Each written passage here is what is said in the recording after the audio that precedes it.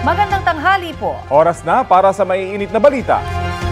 Unahin na po natin ang balita tungkol kay Pastor Apollo Kibuloy. Nakakulong po ngayon si Pastor Kibuloy at 4 na kapwa niya akusado sa PNP Custodial Center sa Camp Crame sa Quezon City. Doon sila dinala mula sa Kingdom of Jesus Christ compound sa Davao City matapos sumuko kasunod ng ultimatum ng mga otoridad. Balita hatid ni James Agustin. Bantay sarado ng mga pulis ang convoy na sakay si Pastor Apollo Kibuloy at 4 na iba pang kapwa niya akusado na lumabas sila sa Villamor Airbase sa Pasay. Pasado alas 9 kagabi nang dumating ang convoy sa Camp Crame sa Quezon City at dumiretso sa PNP Custodial Center. Nasundan ito ng kumpirmasyon ng PNP na sumuko sa KOJC compound sa Davao si Pastor Kibuloy at 4 na iba pa. Kinukumpirma po natin na hawak na po natin si Pastor Kibuloy, si Jacqueline Roy, si Ingrid Canada, si Crescente Canada at si Silva Semanes po. Nakuha po natin yung custody po nila around 5:30. Mga bandang 6:30 po ay nilipad po natin sila mula po sa Davao papunta po dito sa Villamor po tayo lumabas. Ayon sa PNP, 1:30 ng hapon kahapon na magkaroon ng negosasyon para sa pagsuko ni Pastor Kibuloy. Kasunod ito na ibinigay na 24 oras na ultimatum ng pulisya. Nagkaroon po ng negotiation ang PNP na kinatawan po ng intelligence group at ISAP. Pinagtulungan po ito that led to the peaceful surrender po ni na Pastor Kibuloy at 4 pa. Sa tanong na kung saan nga ba nagtago si Pastor Kibuloy, sabi ng PNP, I don't have at liberty to reveal that. Ang importante po sa ngayon ay nasa kustodiya po ng PNP po ito. Pagdating sa Custodial Center, isinilbi ang mga warrant of arrest laban kay Pastor Kibuloy at 4 niyang kasamahan. Yung kay Pastor Kibuloy po, yung child abuse po, yung sexual abuse at yung pong qualified trafficking. So binasahan po sila ng mga kaso po nila at nakaharap po ang kanilang abogado po. At pagkatapos po noon ay binasahan din po sila ng kanilang mga Miranda rights at mga kakapatan po. Isinailalim din sila sa booking procedures, physical at medical examination. 3 sa kanila ang tumaas ang blood pressure. Pero tumanggi ang pulisya na tukuyin kung sino-sino. Nag-okay naman na po, binigyan po sila ng gamot ng ating mga doctors, particularly yung para po sa pagtaas po ng BP. After a few minutes naman po ay in-examine po sila uli ng mga doctors and nurses at okay na po sila. Natapos na po yung booking, natapos na po yung inspeksyon ng mga gamit nila. Kaya kami ay aalis na dahil magpapahinga na po sila at dinala na po sila doon sa mga kwarto na intended po para sa kanila. Tinanong din namin ng pulisya kaugnay sa selda kung saan nakapiit ngayon si Pastor Kibuloy at 4 na iba pa. Basta ang masasabi ko lang po, nandun na po sila ngayon sa area kung saan po sila magpapahinga para ngayong gabi po. Inihanda na ng CIDG ang mga dokumento para sa isasagawang return of warrant sa Quezon City RTC at Pasig RTC. James Agustin, nagbabalita para sa GMA Integrated News. Ngayong hawak na ng pulisya si Pastor Apollo Kibuloy, naniniwala si Senador Risa Ontiveros na mananagot sa batas ang pastor. Ayon kay Ontiveros, abot kamay na ang hustisya para sa mga dating miyembro ng Kingdom of Jesus Christ na naging biktima umano ni Kibuloy. Patuloy raw ang investigasyon ng komiteng pinamumunuan niya.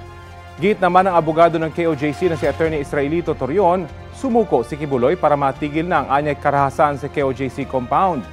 Patuloy raw ang mga legal na hakbang ng mga abogado ni Kibuloy kaugnay ng mga hinaharap niyang kaso.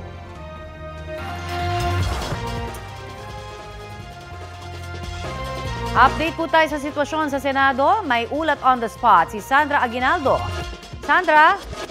Yes, Connie, narito na nga tayo sa Padilla Room ng Senado at kapapasok lamang nitong si dismissed Mayor Alice Go at siya ay nakaupo na doon sa kaharap mismo ng mga nasa harapan at tagiliran ng mga resource person at saka ng mga senador.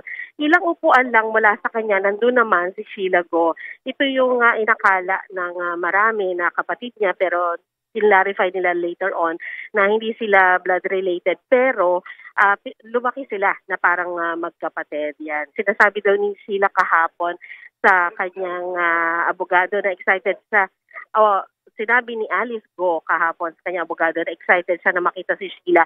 Pero nung sila yung magkita dito, nagtinginan lang sila. No? Hindi sila naglapit o nagyakapan. At sila ay tahimik na nakaupo lamang sa kanilang mga upuan. Nakamask po si Alice. Nung dumating sa kanina dito, Connie, maaga pa lang, no, pasado mga 8:30 ng umaga bago mga alas 9, ay dumating siya. Siya ay naka-Kevlar helmet, naka-bulletproof vest, at nakabalot yung kanyang kamay, no, ng itim na parang jacket. Indikasyon na nakaposa siya. Tapos dinala siya sa holding area at ngayon parang nanatili siya doon ng halos isang oras din at saka siya dinala ngayon dito sa loob ng Padilla Room. Pero ang nakikita natin dito, hindi na siya nakaposas. No? Yung kamay niya ay nakapasok lang doon sa kanyang bulsa at kinakausap niya yung kanyang mga abogado. Yan. So, kompleto na rin yung mga senador. Narito yung chairperson ng subcommittee na si Senadora Risa Ontiveros at sina Senator Jinggoy Estrada, Villanueva, Davey Ejercito, Sherwin Gatchalian. So far, yun yung natatanaw natin mula sa ating vantage point. Connie? Yes, Sandra, ano ba ang nakikita natin ngayon na mood naman itong si dismissed Tarlac Bamban Mayor Alice Go? Unlike dun sa mga naunang nakita natin na medyo parati siyang nakangiti. Of course, di natin makikita dahil naka-face mask siya. Pero yung kanyang overall na demeanor, kamusta? Ayan, ibang-iba, Connie, ibang-iba doon sa ating nakita, no, nung ikaw nga nasunduin sa Indonesia na parang napaka-positive, parang ang saya. Ngayon, masasabi natin na tahimik siya, most of the time nakatungo, maliban na lang kung kinakausap ng kanyang abogado. Ito, Connie, nagsisimula na yung pagdinig. Connie? Alright, maraming salamat, Sandra Aguinaldo. Kasunod ng pagsuko ni Pastor Apollo Kibuloy, kalmado na ngayon ang sitwasyon sa KOJC compound sa Davao City. Umalis na ang mga pulis na naka-duty sa pagbabantay roon habang nagsagawa naman ng prayer rally ang miyembro ng KOJC. Balitang hatid ni Jandy Esteban ng GMA Regional TV. Nang hawak na ng mga otoridad, si Kingdom of Jesus Christ founder Pastor Apollo Kibuloy kahapon. Ito na yung mga kapulisan, dahan-dahan na po silang nagpo-pull out. Nag-alisan na ang mga nakadeploy na mahigit 2,000 pulis. Kabilang sila sa mga nagbantay sa KOJC compound sa Davao City mula pa noong August 24 para silbihan ng warrant of arrest si Pastor Kibuloy at 4 pa na akusado para sa kasong human trafficking at child at sexual abuse. Naging kalmado na ang sitwasyon sa loob at labas ng KOJC. Nagsagawa rin ng Thanksgiving prayer ang mga miyembro ng KOJC. Sa larawan mula kay Department of Interior and Local Government Secretary Benhur Abalos, makikita si Pastor Kibuloy kasama si Attorney Israelito Turion na Chief Legal Counsel ng KOJC at si Police Brigadier General Romeo Macapas, ang Chief ng PNP Intelligence Group. Sa panayam naman ng GMA Regional TV 1 Mindanao kay Police Brigadier General Nicolas Torre III, Direktor ng Police Regional Office 11, wala pa siyang ideya kung saan ba nahuli si Pastor Kibuloy. I really do not know the details. Pakitanong nyo na lang sa ALG kasi siya talaga ang nakakaalam ng mga detalye nito. Gayunpaman, masaya raw siya na sa wakas ay hawak na ng otoridad si Kibuloy matapos ang ilang linggong paghahanap. Handa raw si Torre na harapin ang mga kaso laban sa kanya ng KOJC. Okay lang, sagutin natin as they come. Samantala, sa Facebook post ni Attorney Turion, ipinaliwanag niya na sumuko umano si Pastor Kibuloy dahil naaawa na umano siya sa nangyayari sa kanyang mga miyembro sa KOJC, lalo na sa anyay pagsira ng kanilang compound. Pinasalamatan din ni Attorney Turion ang ilang opisyal ng pamahalaan, Philippine Army at Philippine National Police na tumulong daw sa pagsuko ng pastor. Ako si Jandy Esteban ng GMA Regional TV. Nagbabalita para sa GMA Integrated News.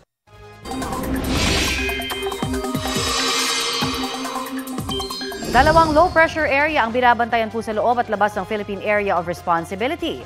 Huling namataan ng Pag-asa ang unang LPA, 1,155 kilometers east-northeast ng extreme northern Luzon. Ang ikalawang LPA naman ay nasa 2,810 kilometers silangan ng Eastern Visayas at nasa labas ng PAR. Wala pang direktang epekto sa lagay ng ating panahon ang mga nasabing LPA, pero may tsansa ang mga ito na maging bagyo. Mababa naman ang posibilidad ng mga nabanggit na LPA na mag-landfall sa bansa. Sa ngayon, hanging habagat ang magpapaulan muli sa malaking bahagi ng Luzon. Sa mga susunod na oras, uulanin po ang halos buong northern at central Luzon base sa rainfall forecast ng Metro Weather. Posible ang heavy to intense rains na maaring magdulot ng baha o landslide. Asahan din po ang ulan sa ilang panig ng southern Luzon kasama ang Metro Manila, Visayas at Mindanao. Nakataas po ngayon ang thunderstorm advisory dito sa NCR, Tarlac, Pampanga, Nueva Ecija, Batangas, Bulacan, Rizal, Quezon at sa ilang panig ng Zambales, Bataan, Cavite at Laguna. Tatagal ang thunderstorm advisory hanggang 10:30 ngayong umaga. Pinagpapaliwanag ng Department of Justice ang mga taga-National Bureau of Investigation at Bureau of Immigration na nagpakuha ng litrato kasama si dismissed Mayor Alice Guo. Umani ng iba't ibang komento at reaksyon ang mga selfie dahil tila naging instant celebrity raw si Guo nang sunduin siya sa Indonesia matapos maaresto. Sabi ni Justice Secretary Jesus Crispin Remulla, kapag naulit pa ito ay sususpindihin na sila. Nagsorry ang isa sa mga immigration officer na nasa litrato. Ako po ay humihingi ng paumanhin din kasi actually yung picture po na yon ay it was not supposed to be disseminated publicly. Hindi maitago yung itin ng ibang ahente sa picture na yon kasi sa tingin ko po it's a sign of relief kasi yun po yung time na unang naibigay sa atin si Alice Guo. Hindi pwedeng pairali natin ang ganitong sistema na sineselebrate natin ang mga wanted. Ganun ba gusto natin lumabas? Ano, gusto mo maging wanted para magpa-selfie mga tao sa'yo, sumikat ka? At least pagalitan muna natin, tsaka wag na maulit. Pag naulit, then suspension na kagad. Matapos maaresto ni Alice Guo at Pastor Apollo Kibuloy, si dating Negros Oriental 3rd District Representative Arnolfo Teves Jr. naman ang sunod na target mapabalik ng mga otoridad sa Pilipinas. Sabi yan ni Interior and Local Government Secretary Benher Abalos sa pagharap niya sa Pinoy community sa Dubai, United Arab Emirates kagabi, oras sa Pilipinas. Nitong Sabado, sinabi na ng Department of Justice na gusto raw ni Timor-Leste President Jose Ramos Horta na ma-extradite na si Teves. Umaasa ang DOJ na maasikaso ang pagbabalik kay Teves pagkatapos ng papal visit ni Pope Francis doon sa September 11. Si Teves ang itinuturong mastermind sa pagpatay kay Noy Negros Oriental Governor Roel Digamo at siyam na iba pa noong March 4, 2023. Dati na niyang itinanggi ang mga akusasyon. Exciting court action naman ang hatid ng nagbabalik na NCAA Season 100 Men's Basketball Competition. Sa opening game, victory para sa Season 99 defending champions na San Beda Red Lions kontra sa Season 100 host school na LPU Pirates sa score na 79-63. Pinatumba naman ng Benil Blazers ang Mapua Cardinals sa score na 78-65. Win number 1 din para sa San Sebastian Stags versus Letran Knights, 91-84. Nagpakitang gilas naman sa overtime ang EAC Generals para talunin ang Arellano Chiefs sa score na 87-80. Ngayong NCAA Season 100, naniniwala si GMA Network Chairman Attorney Felipe Algozon na muling mangingibabaw ang tiyaga at katatagan ng student athletes. The resilience and perseverance are marks of the true spirit that shaped the human being. The pillars of strength that define NCAA, the first athletic league of our country, established in 1924. Monday latest tayo mga mare at pare, from Boy Cabado to Boy Panalo. Meet your Running Man Philippines Season 2 Ultimate Runner, Kokoy De Santos. Tapos na ang gera! Sino nanalo? Ang nanalo! Peace na! Si Buboy? Ay! Ano yan? Ikaw na nakakuha? Peace na! Tigil na ang gera dahil ang nanalo! Walang iba! Kundi si Kokoy. Yan ang big reveal ni na Kokoy at Buboy Villar matapos dumaan sa intense one-on-one match sa name-tag-gripping mission ng high-rating reality game show. Napayakap at talon pa sila sa saya. Chika ng Ultimate Runner, kakaiba ang feeling dahil first time niyang manalo ng solo since Season 1. Ang avid supporters ng show, todo ship sa Team Jekoy, Kokoy at Angel na anilay perfect match. Sigaw tuloy ng netizens more Jekoy chemistry sa Season 3. Kagabi, present ng cast at crew sa watch party ng season finale ng Running Man Philippines. Congrats, paring Kokoy! Iginiit ni Pangulong Bongbong Marcos na hindi bibigyan ng special treatment si Pastor Apollo Kibuloy na hawak na ng pulisya matapos sumuko kagabi. There is no special treatment. Although he's a very prominent person, so we will treat him like any other arrested person. We will go through the process. The process will be transparent. Everyone who is involved will be accountable. And we will demonstrate once again to the world that our judicial system in the Philippines is active, is vibrant, and is working well. Sa Trade Management Summit sa Taguig, sinabi rin ng Pangulo ng mga korte na ang bahala tungkol sa mga kaso ng pastor. Nahaharap si Kibuloy sa mga kasong qualified human trafficking at child and sexual abuse na dati na niyang itinanggi. Bukod pa riyan ang patong-patong na kaso niya sa Amerika gaya ng sex trafficking, fraud and coercion at bulk cash smuggling. Ayon sa Pangulo, wala pang extradition request ang Amerika para kay Kibuloy. Mga kaso sa Pilipinas muna raw ang unang kailangang harapin ng pastor.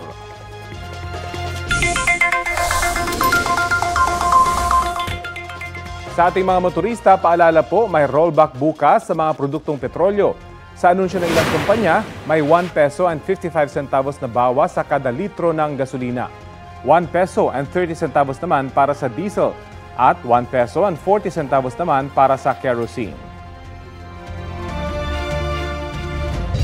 Ito ang GMA Regional TV News. Tinulungan ng mga residente ang isang lalaking senior citizen matapos mahulog umano sa baha sa Dagupan, Pangasinan.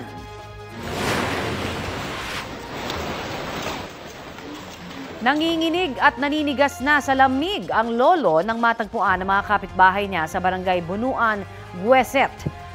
Ayon po sa mga residente roon, 5 buwan na raw na nakatira doon ang 64 na taong gulang na lalaki. Kinukupkup lamang siya ng ilang residente pero hirap silang alagaan ng lolo dahil sa kanyang sakit. Sa ngayon, naayos na ang kanyang silungan para hindi mabasa ng ulan. Minomonitor na ng barangay ang kalagayan ng lolo.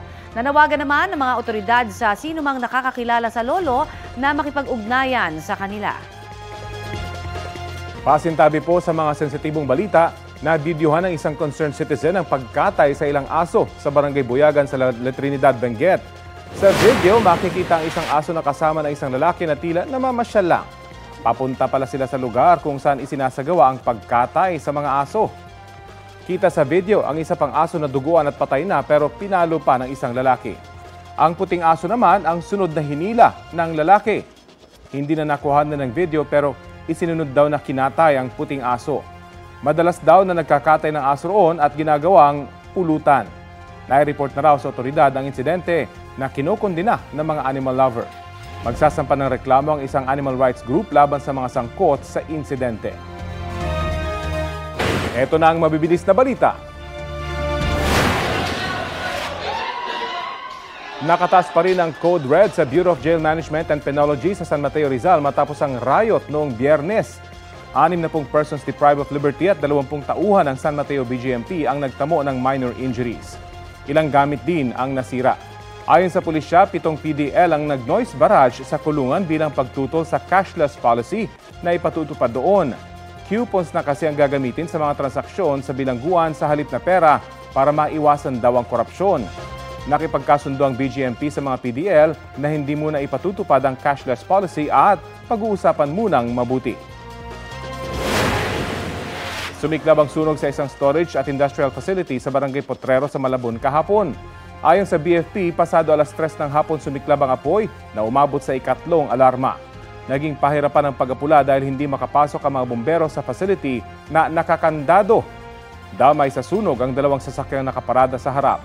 Napula ang sunog alas 5 ng umaga kanina. Wala namang naiulat na nasawi o sugatan. Inaalam pa ang sanhi ng apoy at halaga ng pinsala. Sa puntong ito, gumugulang na po ang pagdinig ng Senado kaugnay sa mga issue sa Pogo kung saan nakasalang si dismissed Bamban Tarlac Mayor Alice Go. Panoorin po natin yan live. Please proceed, Sen. Rafi, as part of your opening statement. And before we proceed, the Chair would like to acknowledge and thank the presence of the Majority Leader, Sen. Francis. Salamat po. Please proceed, Sen. Rafi.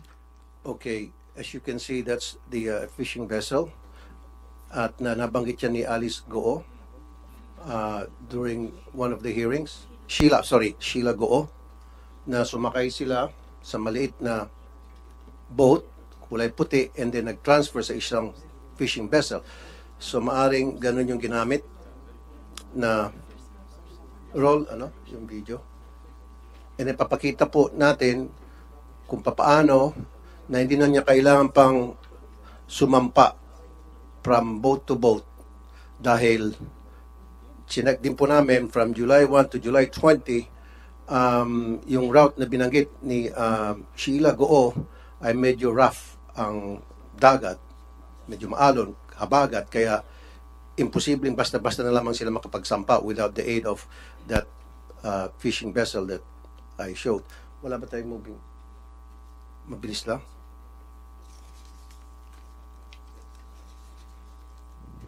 Can we proceed to show the video, please, as part of the opening statement?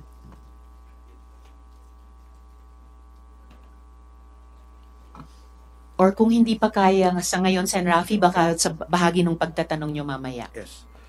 Today, Madam Chair, with the help of our resource speakers from the Coast Guard, Immigration, CAAP, and other relevant agencies, I would like to identify the weak points in our border control.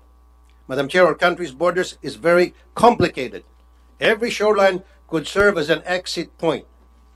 And this makes the Philippines a potential hub for transnational crimes. We have to review our border control and transportation regulations policies. Wala po sa mga commercial modes of transportation ang problema.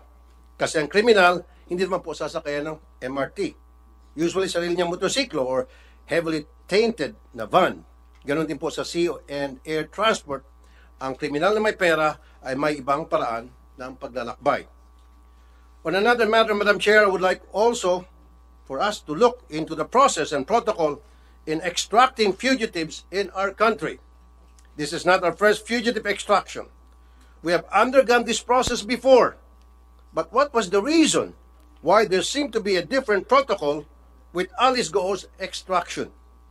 Yusek Raul Vasquez said that it was just an immigration-to-immigration issue. Si Alice Goo, tulad ni Sheila Goo at Cassandra Ong, ay hinuli ng Indonesian authorities dahil sa immigration violation, dahil dalawa ang passport at hindi proper ang entry documents. That was the process that was followed because it is fast, efficient, and least expensive dahil nga immigration to immigration lang. Exclusion, removal on their side, and extraction on our side. In fact, for the two ladies, Sheila Goo and Cassandra Ong, there was just 2 immigration officers and 2 NBI officers who processed their extraction, and they took a regular commercial flight. What was the thought process behind the alternate protocol in the case of Alice Goo? The Senate arrest order was issued prior to the warrant issued by the Capas Tarlac RTC. I want this to be clarified in this hearing. And finally, was the dismissal of Alice Goo from being mayor a scheme for the filing of the case in Capas Tarlac? Would it not be better if this case was filed in a court outside the jurisdiction of Tarlac, which Alice Goo treated as her playground? Of course, we assume that there is a regularity in our court processes. But maybe we should realign our policies to ensure that it cannot be manipulated. Because, let's face it, kung may natutunan tayo dito sa kwento ni Alice Goo, basta't may pera ka, walang imposible. Salamat po, Madam Chair. Salamat din po, Sen. Rafi.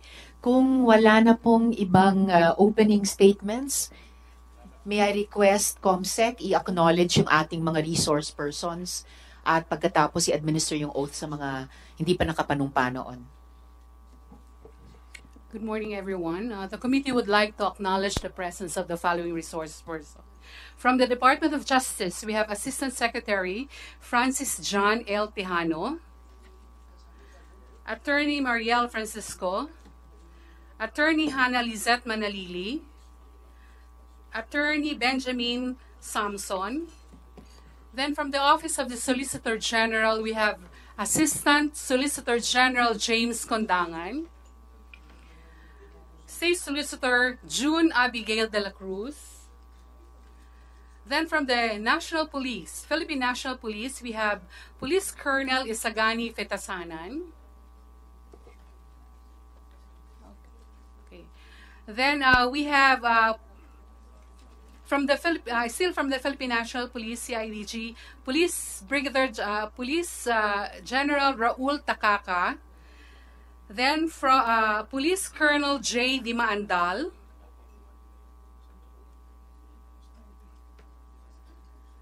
From the Department of Information and Communications Technology, we have Maricar Magpili.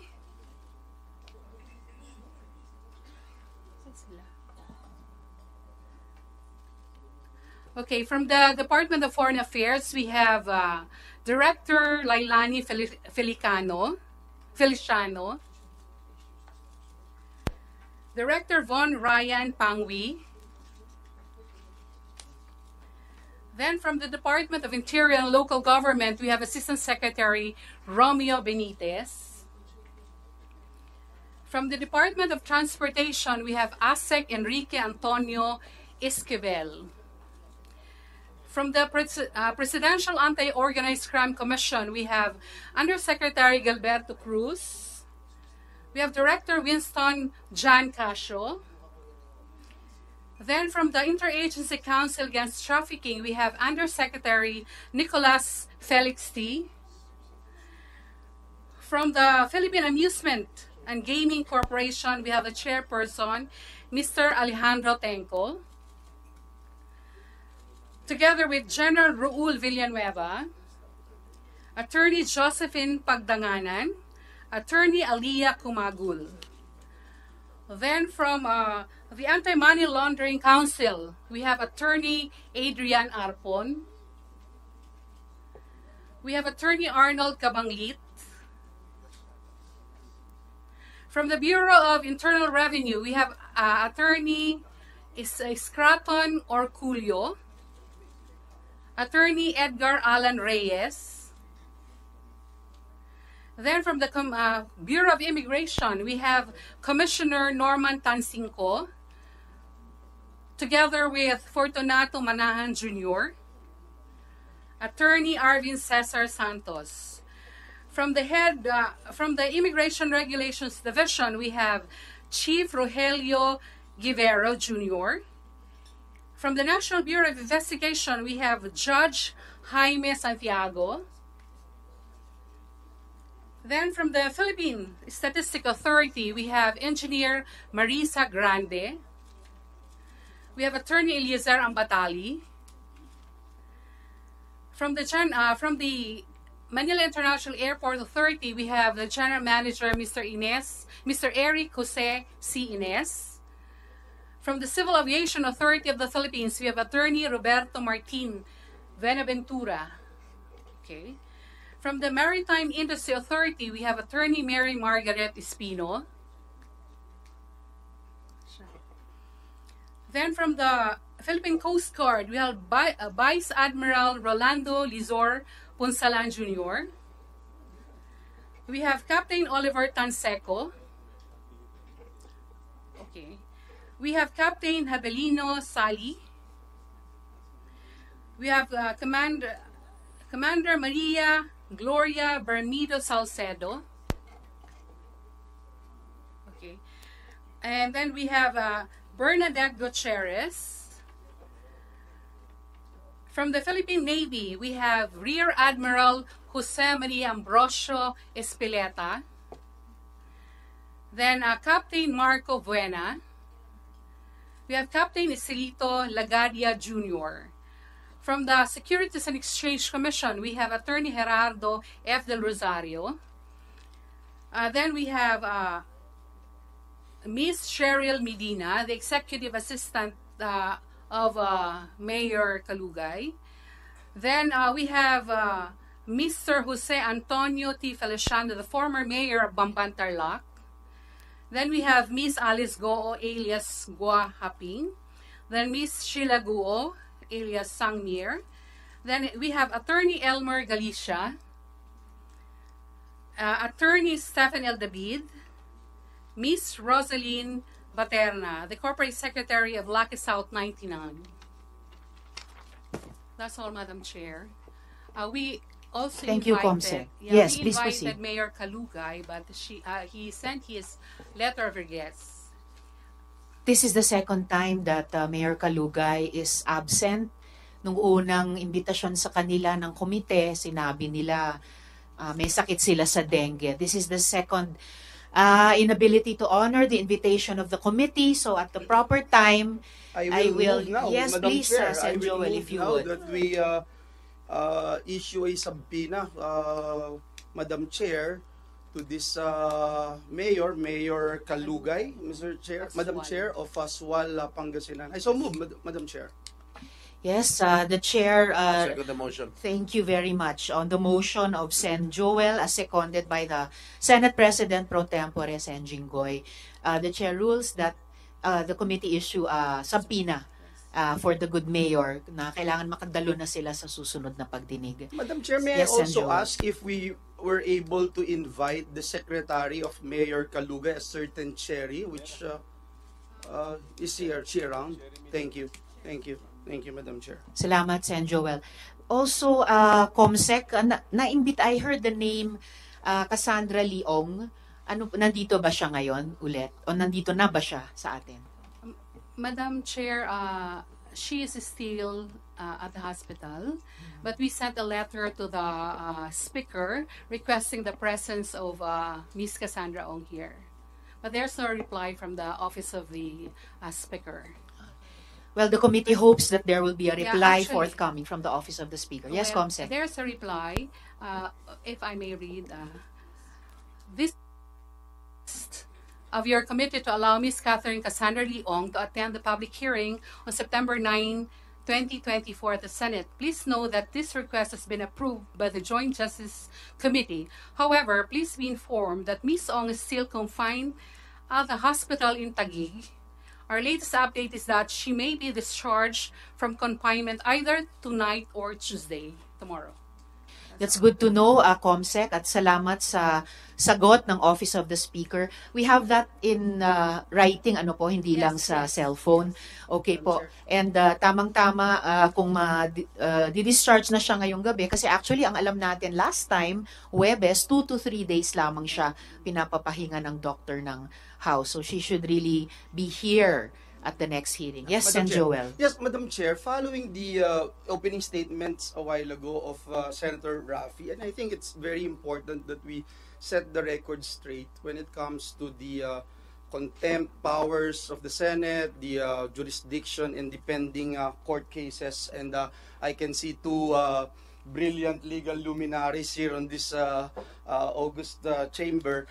Madam Chair, just for the record and for the sake of clarification, is it correct that Ms. Alice Go is still under contempt for her failure to attend the two hearings of this Senate committee, June 26 and July 10 hearings? Is that an affirmative, Madam Chair? That is correct, Sen. Joel.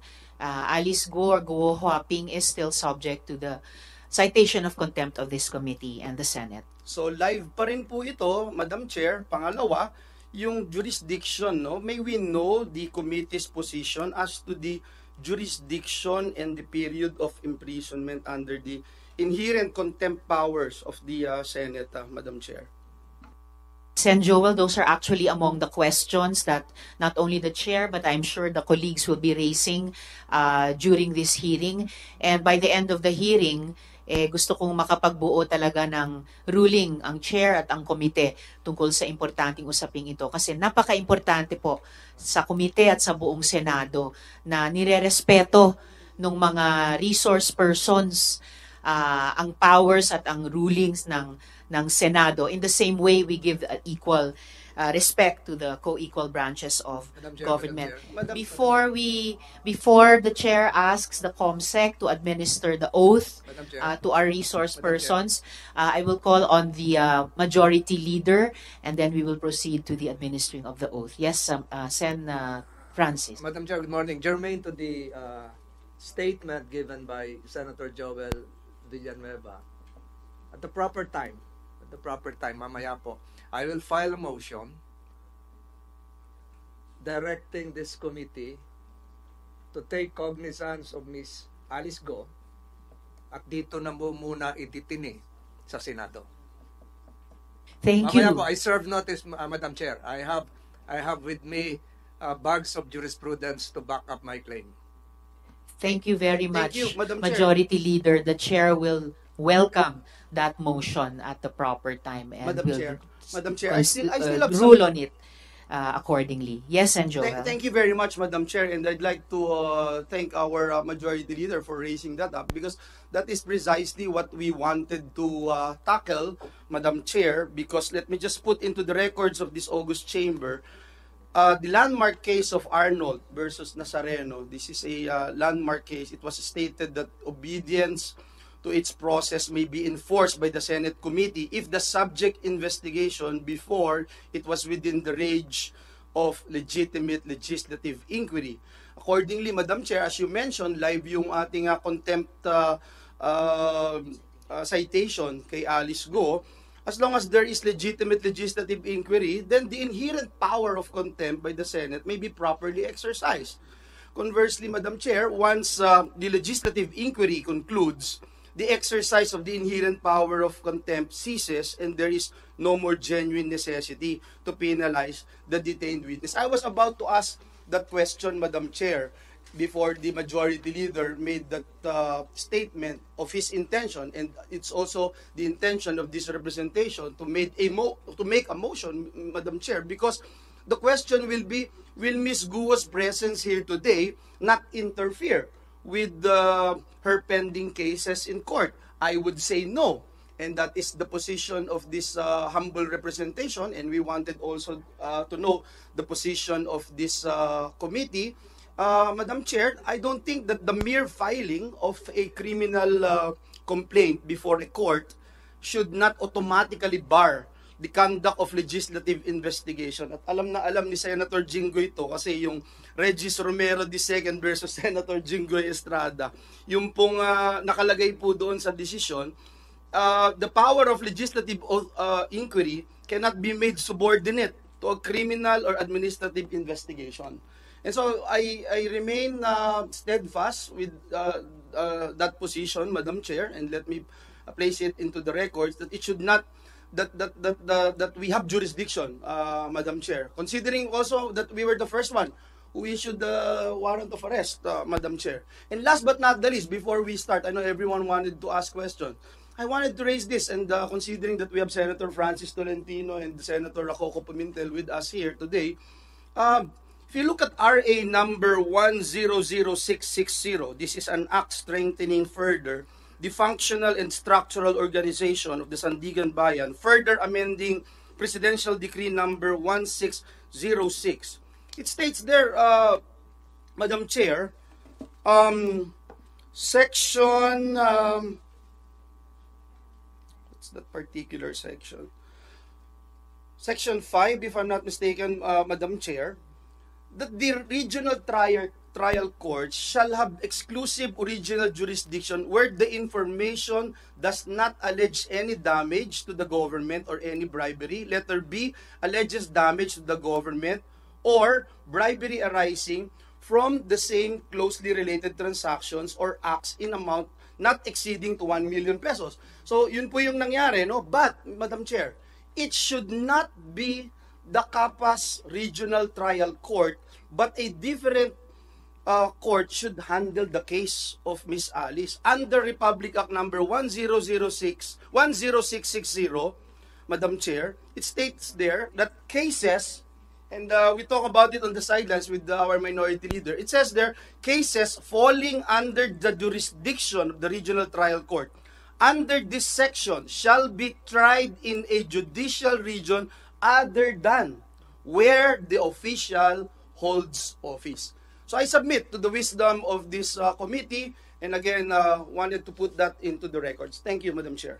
Thank you also, Sen. Joel. Of course, that is a substantive question already. So yung tanong tungkol sa criminal jurisdiction, siguradong i-discuss pa natin mamaya ng konti sa hearing na ito. Pero mayaman na yung mga predicate na inilatag para sa motion na ihahain ni Majority Leader Sen. Francis mamaya at pati ni Sen. Joel. At gaya ng sinabi ko kanina, dahil talagang ang Senado ang unang nag-issue ng warrant kaugnay ni Alice Guo at nag-trigger ng manhunt para sa kanya, the chair will welcome that motion, and ano pa man yung magiging ruling ng chair, makakapag-coordinate naman at magko-coordinate kung sakali ang komiteng ito sa korte which has jurisdiction of her detention at the moment. So maraming salamat po mga kasama para dito sa ating unang round ng exchanges. Comsec, panumpain yung mga hindi pa nakapapanumpa. May I request those who have not taken their oath during the previous hearings to please stand up, raise your right hand, and repeat after me.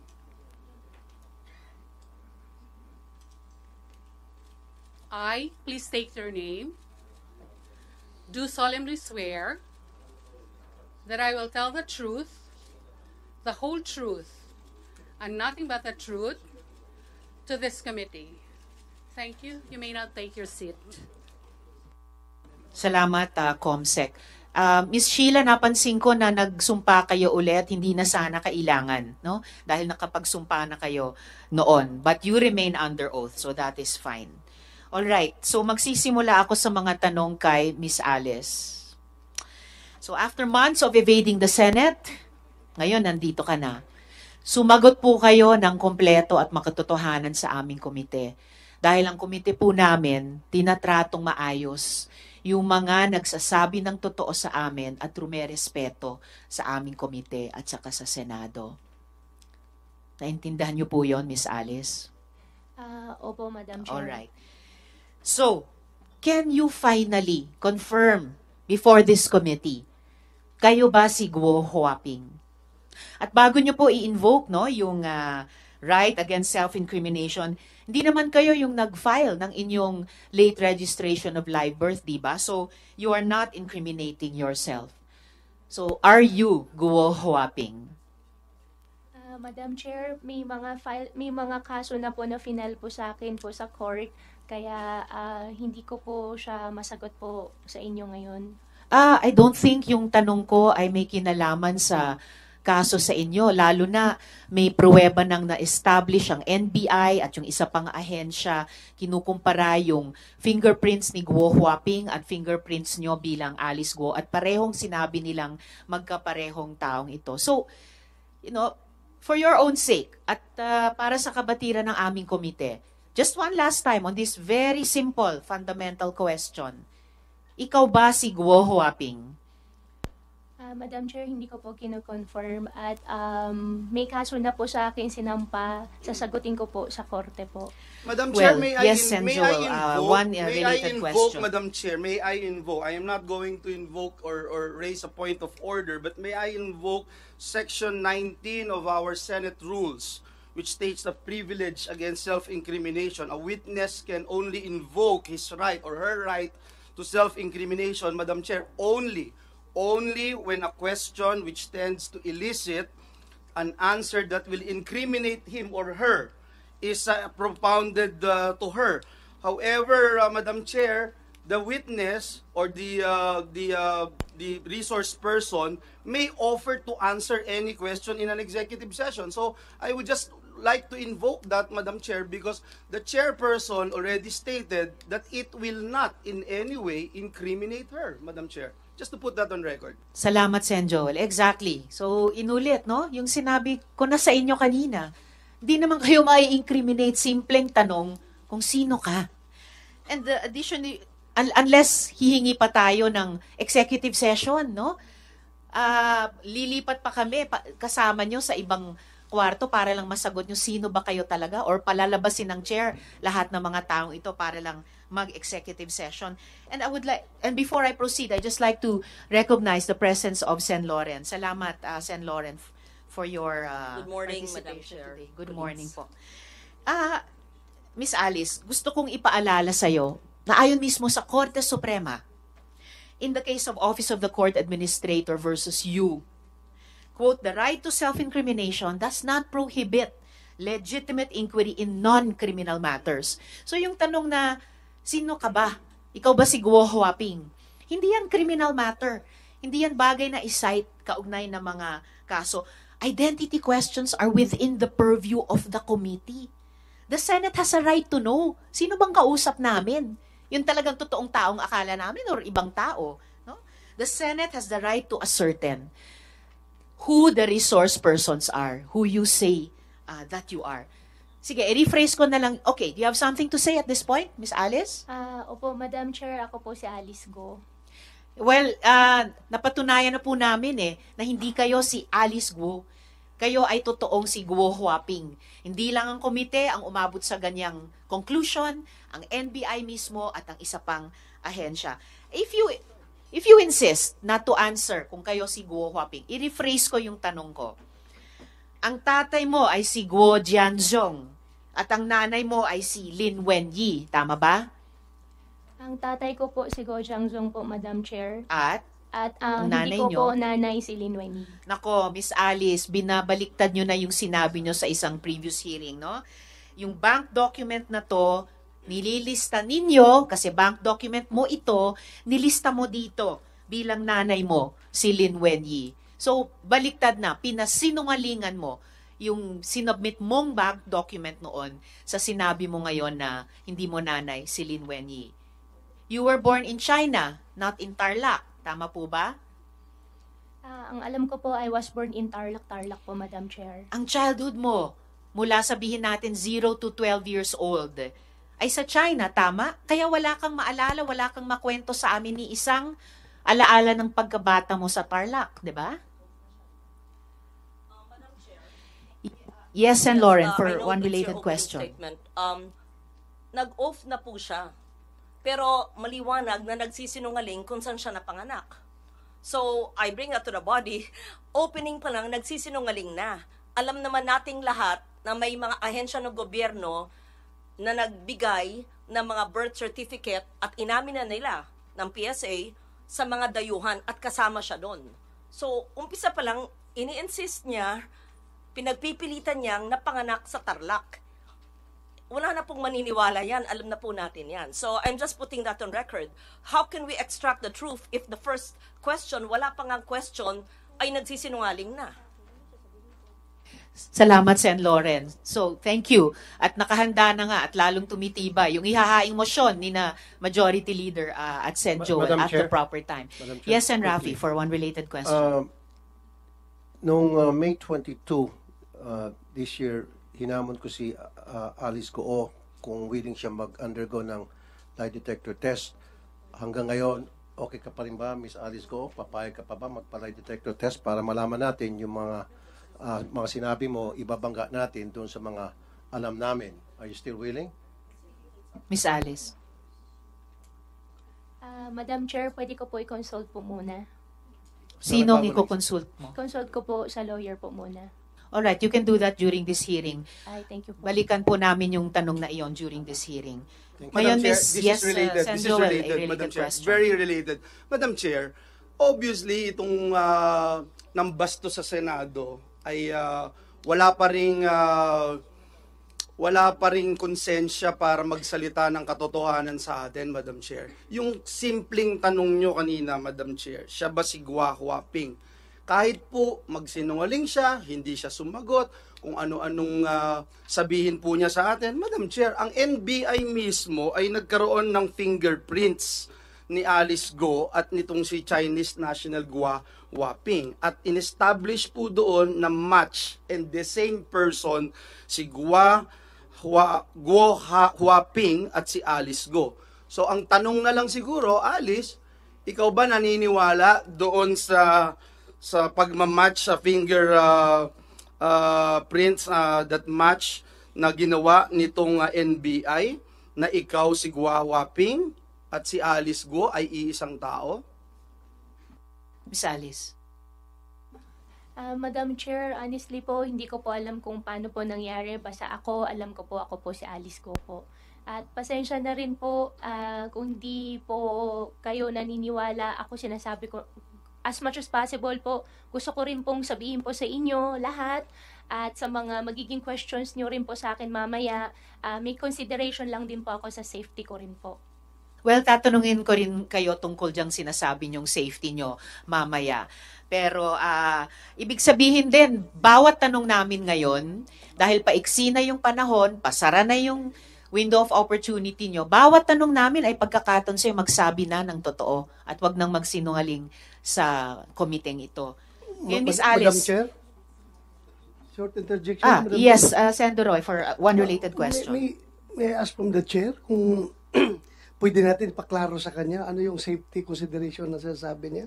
Para maklaro tayo kasi kung palagi siya mag-invoke ng safety, hindi natin alam kung anong safety nasasabi. Kung meron bang interesado sa buhay niya na isang malaking sindikato na siya ay papatahimikin o ano bang safety na sinasabi niya, Madam Chair?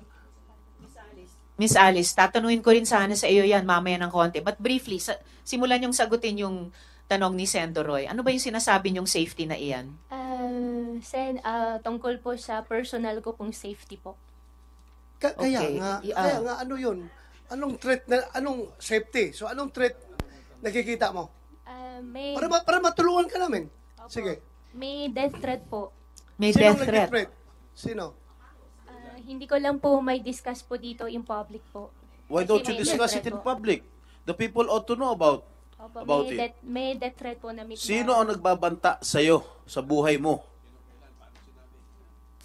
Kung ayaw mo pang sagutin ngayon, Miss Alice, hindi kayo makakatakas sa tanong na yun. Tatanungin ko rin kayo dyan. Madam Chair, wala po din naman po akong plan po na takasan po yung question po. However po, meron lang din po talaga na safety concern po sa sarili ko po, na security concern po, na death threat po na minigay po sa akin. Kaya hindi ko lang po ma-discuss po sa public po. Madam Chair, yes, SP Pro Temp. Miss Alice, nung nakita kayo ni Secretary Abalos, ang una mong sinabi kay Secretary Abalos, tulungan mo ako, Sec, na may death threats ako. Sino ang nagbabanta sa iyo?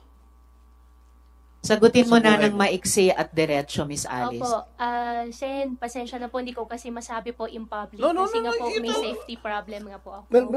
Madam Chair, that answer is unacceptable. As far It is unacceptable, Senator. Sen Joel. Pero parang dinadamay niya yung buong committee sa kanyang safety pag ganun. Malay namin kung binobola mo kami rito. Pagkatapos mo kaming bastusin, gaganyanin mo kami ngayon, sasagutin mo kaming ganyan, pagkatapos mo kaming bastusin, pagkatapos mo kaming takasan, sasabihin mo may death threat ka, tapos di mo masabi kung saan galing yung death threat mo, hindi mo masabi kung dito sa Pilipinas o sa abroad. Miss Alice, pinaalalahanan kita, you never raised security concerns to the committee before. Nito na lamang na aresto ka na at ibinalat dito. Tatanungin pa rin talaga kita dun sa sinasabi mong death threats na yan, na ngayon lang namin narinig yan. Balikan ko lang muna yung kumbaga prejudicial question para sa amin, yung identity ninyo. You entered the country as Guo Huaping in 2003, correct? Ikaw ay 12 o 13 years old pa lamang noon, correct? Madam Chair, wala po akong record po niyan. Oh, speaking of records, have you ever had a Chinese passport? Ang alam ko po, Madam Chair, Filipino passport po. Filipino passport. At sa pagkaalam namin, nagkaroon ka ng Chinese passport, hindi mo lang ni-renew, nag-lapse yun. So, Alice Guo, alias Guo Huaping, Pilipino ka ba? Opo, Filipino po ako, Madam Chair. Yes, and Lauren, for Thank you. one related question. Since yung sinabi po nyo, Kung meron siyang passport na Philippine passport, sinabi niya meron siya. Tapatin lang tayo. Sino ang nagbigay ng Philippine passport? Sino rin nag-issue ng kanyang Philippine birth certificate? Pag sinabi mo yon, we can protect you. Pag sinabi mo yung totoo, paano ka naging Pilipino, paano ka nagkaroon ng passport, then you're answering us properly, we can perhaps protect you. But if you keep on lying to us, you will sink in a web of lies. Hindi ka namin maprotektahan sa mga sindikatong naghahabol sa'yo. I think just to answer that, how did she get her Philippine birth certificate from the PSA or the satellite office, and how she acquired her Philippine passport from the DFA? We have to find out the syndicates in the government agencies. Madam Chair. For the record, para sa kabatiran ng lahat, at lumabas na po ito sa mga nakaaraang hearing, mayroong birth certificate na nakuha through late registration of live birth, pero mismong ang PSA, I'm sure mako-confirm ito ni Engineer Grande later, Engineer Mariza, ang PSA mismo ang nagsabing irregular ang birth certificate na iyon. Kaya dinulog nila sa Office of the Solicitor General na kanselahin na ito. But apparently, habang hawak pa yung irregular birth certificate na iyon, nagamit para makakuha ng Filipino passport. Pero, sa pagkaalam din ng aming komite, nagkaroon ka, Miss Alice, ng Chinese passport. Kaya, sa lahat ng mga tanong na ito so far, bakit ayaw mo sumagot? Wala namang self-incriminating sa mga tanong na ito. You are only being asked, in fact, you are only being asked about your previous answers to the committee. Yung mga previous documents na sinabit mo sa mga bangko na nakuha namin. So please stop being evasive. Stop being evasive before this committee. Flash namin ulit yung dactyloscopy report ng NBI, no? Result of examination, after a thorough examination and analysis, fingerprints of Guo Huaping, Ilin, and fingerprints of Guo Alice Ilial were found identical. Opinion, NBI to, in view of the foregoing, fingerprints of Guo Huaping Ilin and fingerprints of Guo Alice Ilial were affixed by one and the same person. Isang tao lamang. Yan yung unang-unang tanong ko sa inyo. Pero nagsinungaling pa rin kayo. Now, once and for all, Alice Guo, alias Guo Huaping, I am giving you the opportunity to explain why you should not be cited in contempt for lying before this committee and for providing untruthful and evasive testimony. Miss Alice? Madam Chair, lumaki po ako, alam ko po ako ay isang Filipino. 1 minute suspension. Pahingi po sa mga kasama na a quick Sen. Rafi, if you will allow, I request you and all the colleagues, mag 1 minute suspension tayo, a quick discussion sa ating mga senador, kung maaari po. We are suspended for... Mabilis lang to sana, Madam Chair. Please, Sen. Rafi, and then please, we need to take a 1 minute suspension. Yes, Sen. Rafi. Malala ko yung sa previous hearings ng committee ninyo, nabanggit yung pangalan John Patrick Samson na supposed to be fixer na tumulong para ma-facilitate yung pagkakuha ng late registration, birth certificate hanggang passport ni Miss Alice Guo. Bakit hindi po natin siya iniimbitahan? Salamat, Sen. Rafi. Actually, iimbitahin natin yung si JP Samson sa susunod na pagdinig. Bahagi po siya ng tanong ko mamaya-maya sa ibang resource person natin. So let us... Last na po. Yes, please. Last na and before we suspend for a minute. Nung last hearing, merong sinulat si Sheila Go sa papel na sabi niya secretary. Hindi naman yun sa executive session. So pwede bang may divulge kung sino yung dalawang pangalan na sinulat na hindi nabanggit sa hearing ng mga senador? Mamaya po ay i-divulge din yung dalawang pangalang iyon, pero meron na pong isang related resource person sa dalawang iyon na nandirito ngayong araw at siguradong matatanong natin. Thank you, Madam Chair. Salamat, Sen. Madam Chair, before we suspend for 1 minute. I know we're going to suspend the deliberation, and I already anticipating, Madam Chair, what is going to happen when we suspend the deliberation. And I'm just giving one chance again to Alice, Madam Chair, because this will help me decide in the as we suspend the hearing today. to talk about your fate as a resource person. If it is true, Miss Alice, ako muna, Miss Alice. Miss Alice, pakinggan po ang I'm senador asking you. Ako na muna, nagtatanong. attorney, please.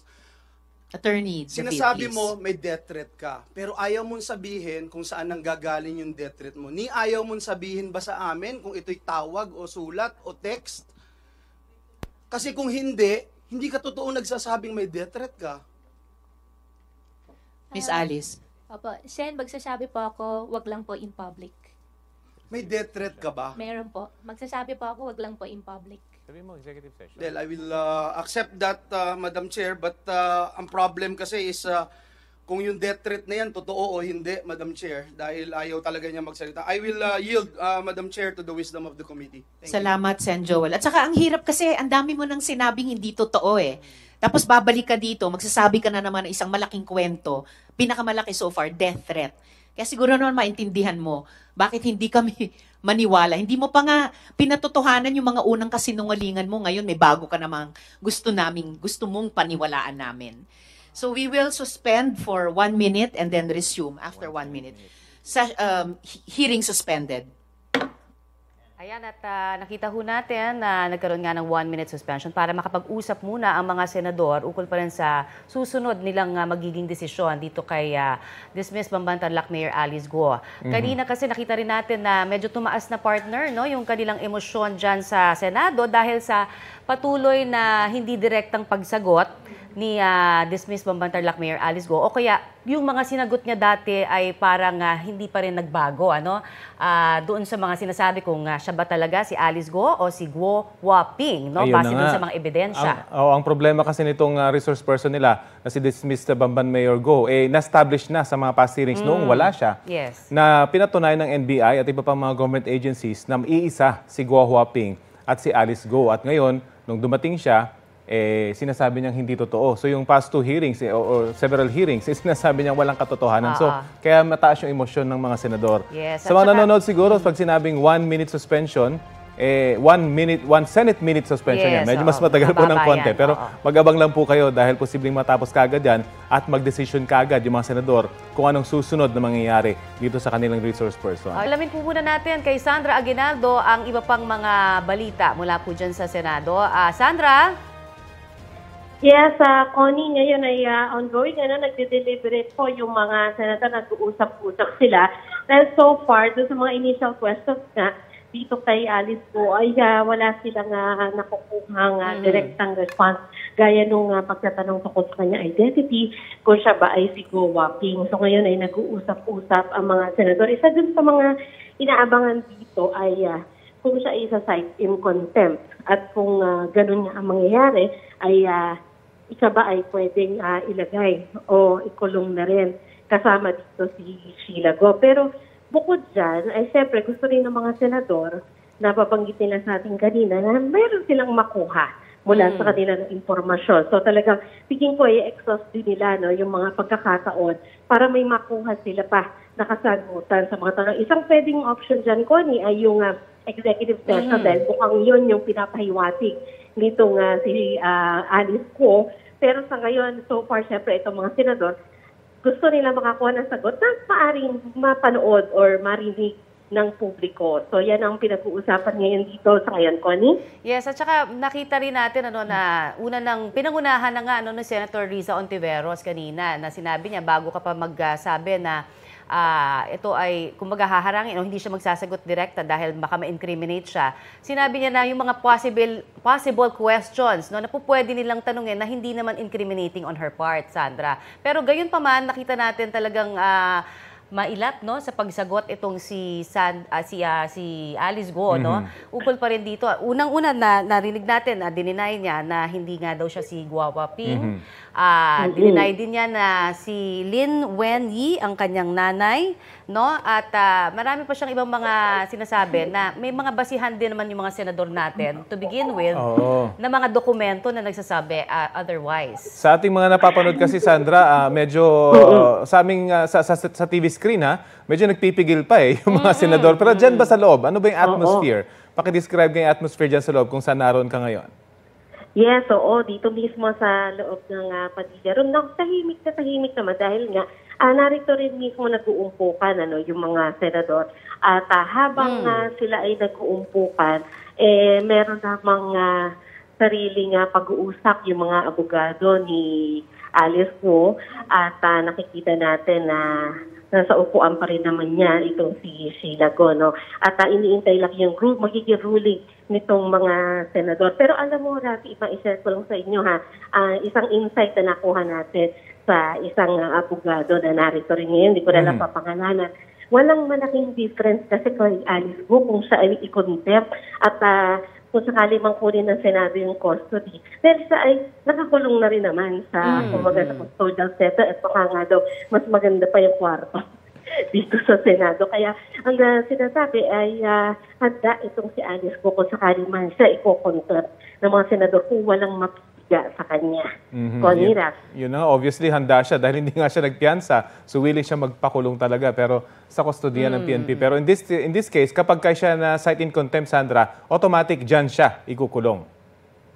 Oo, yan. Pero if you notice natin, merong kaninang pag-uusap tungkol dyan na hindi pa dinidesisyonan ng chair at ito ay kasi kailangan nilang magpasabi sa korte dahil meron na rin warrant of arrest. Alice ko lang sa Tarlac Court. At dahil nagpasindabi na sila sa korte para mapa-attend si Alice Guo dito, parang ang expectation ay magpapasintabi rin sila sa korte ulit kung ano man yung susunod pa nila na hakbang kaugnay dito kay Alice Guo. Oo. Although kanina narinig natin din, Sandra, doon sa opening statement sina Senator Raffy at ni Senator iba pang mga senador, sinasabi nga nila na unang-una dapat hindi, parang kini-question nila na dapat hindi daw nagkaroon ng korte dun sa kaso na sa Tarlac mismo kung saan pinamumunuan dati ni Tarlac Bamban na Mayor Alice Guo. Yun ang binanggit ni Senator Joel Villanueva and Senator Raffy. Talagang gustong insist ng mga senador na ang jurisdiction dapat nasa kanila. Dahil gusto nila ipakita rin yung kapangyarihan ng Senado. Ayan, bumalik na Sandra, no? Nagsimula na ulit. Pakinggan natin itong pagpapatuloy ng pagdinig ng Senado. Because of that statement of Sen. Raffy, I still don't get it, Madam Chair. Why she cannot disclose it in public? Hindi po ba, Madam Chair, isn't it more natural to expose it in public so that she is protected? I don't get it, Madam Chair. I really don't get it. If you are having a death threat, you wanted to say it in public so that you can be protected. If you really wanted protection. But in any case, gusto kong ipaalala sa iyo na ayon nga sa Supreme Court, in the case of the Office of Court Administrator VU, the right to self-incrimination does not prohibit legitimate inquiry in non-criminal matters. Ad nauseam na po ito. Halos naduduwal na po kami sa pag-ulit-ulit nito. No?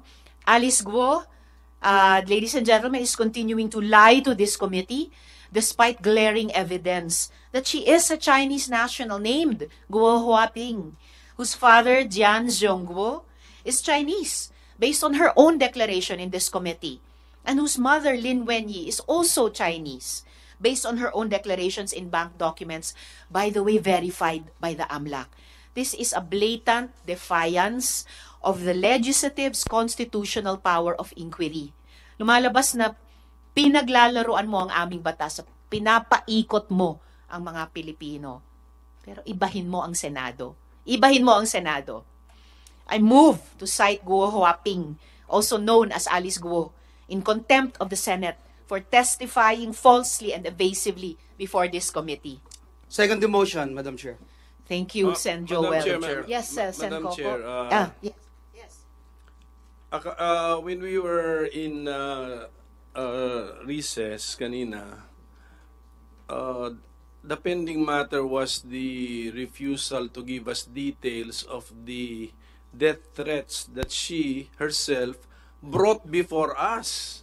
Siya nag-volunteer She binolunteer niya sa information sa atin Then pinupurso namin ayaw mong sagutin. Ngayon, I think the prevailing sentiment is hindi siya makahingi ng executive session. Sagutin niya ngayon lahat. Yung kasi, kung totoo naman na may death threat ka, Na-monitor ka na rin nung nagbigay ng death threat sa'yo, kahit mag-executive session, di alam na rin yan, sinabi mo na rin sa amin, ikaw pa rin yung source. Kaya hindi kami papayag sa executive session. Ngayon, ang prevailing sentiment, if I'm not mistaken, is you have to answer the questions relating to that particular subject matter na ikaw mismo ang nag-voluntaryo palabasin sa hearing na ito. Inumpisa ni Senator Bato and then si Senator Jinggoy. Kaya Madam Chair, doon ako sa ground na yon. If we should, kasi at least yun, there is no need to determine who is telling the truth eh. Wala tong ano eh. Ito, we have I think Senate section here, if the refusal to cooperate or giving evasive answers, pwede na natin gamiting ground yun to cite the witness or the resource person in contempt. At Alice, sa lahat dito akong pinaka-lenient actually na ayaw ka i-cite in contempt eh. Pero in this particular case, kahit anong pag-isipin ko, you have to answer eh. You have to answer, and if you want if we require you to answer publicly, you have to answer. You can invoke a right, pero pag-usapan namin yun. But when we deny that you are not entitled to such a right, then you have to answer. Otherwise, mako-contempt ka talaga. So I'm presenting that alternative ground, Madam Chair. If we can use that, kasi parang pagkalap ko nung nag-break tayo, that was the hanging matter na release ni Senator Bato, followed up by Senate President Pro Tempore. Salamat, Maino. Actually, there are two hanging matters. Isa na yung tungkol sa death threat na yan. Pero higit pa doon, yung question ng identity. Dahil proven na ng NBI at proven na ng isa pang ahensya na Alice Guo at Guo Huaping, iisang tao lang kayo. At yun yung patuloy na pinagsisinungalingan mo sa komiteng ito. Therefore, the chair is citing Alice Guo alias Guo Huaping in contempt as seconded by Senator Joel. Madam Chair, SP Pro Tem Jinggoy. maybe let's give a last chance for her to answer the question. Answer, Alice. Ikaw ba daw si Guo Huaping? Madam Chair, pasensya na po talaga. Ako po, si Alice Guo po. Okay, well, pasensya din po. The chair cites Alice Guo alias Guo Huaping in contempt of this committee as seconded by Senator Joel. Yes, thank you. Anyway, she has been cited in contempt, but hindi kasi ako present sa past hearings ng Committee on Women, but has she been confronted with the documents of Guo Huaping? Napakita na sa kanya? Kasi yes, Maino. Kasi dapat may handwriting doon or may signature na allegedly coming from her, di ba? Did she deny or the signature? May entries doon, may entries siguro doon na coming from the applicant, tama? Am I mistaken, NBI Director? We can flash the passport page, Maino, and then NBI Director Santiago, gusto nyo bang i-address itong matter, please? Sir, with your Honor, please. Yun pong sa signature, remember yung sa ACR niya, doon namin ibinase, ay meron pong iba ang signature niya doon. At dito sa NBI clearance na ibinigay namin sa kanya, iba rin po ang signature. Kasi bata pa siya nung yun hong sa ACR eh. Kaya we cannot rely on the signature. Pero ang fingerprint po, hindi po yan magbabago magmula ipanganak hanggang sa mamatayang tao. Yes, but have we confronted her with the document and then asking her, did she accomplish the said document? Tanungin natin siya kasi hindi naman po, siguro siya musmus na bata na hindi na niya maalala no, may memory na siya noon eh. Hindi po namin siya na-confront noon. Okay. But Maino and colleagues, we presented those same documents na fina-flash ko ulit dito kay Alice Guo sa mga nakaraang hearings bago pa siya tumakas sa bansa. Can we give her one last chance? I-flash yung document na yun and then I will ask her now if she remembers accomplishing the said document of Guo Huaping. Madam Chair, I'm sorry, but I asked that question a while ago and she said no. Can we flash the document? Used by the NBI. I mean, use the document, di ba? Where's the document? Please give her a chance. Pakita natin sa kanya. For fairness sake. And then, pero pag i-deny niya na hindi niya in-accomplish yun at what particular age, convincido na tayo din, therefore, she's lying before us, di ba? Meron po tayo ditong dactyloscopy report na sinasabing identical ang fingerprints ni Alice Guo at ni Guo Huaping. At na yung fingerprints na iyon ni Guo Huaping at ni Alice Guo were affixed by one and the same person. Do we have the supporting document na ginamit ng NBI para dito? Para ipakita ulit. Dahil ipinakita na natin dati kay Alice Guo. Miss Alice, extraordinary ito ha. Kayo lang yung naalala kong resource person na ipapakita namin paulit-ulit ang mga dokumento sa iyo. Dapat naman siguro suklian mo yung komite na magsabi ka na ng totoo. Hindi yung going the extra mile ang komite, pero kasinungalingan pa rin ang isinusukli nyo.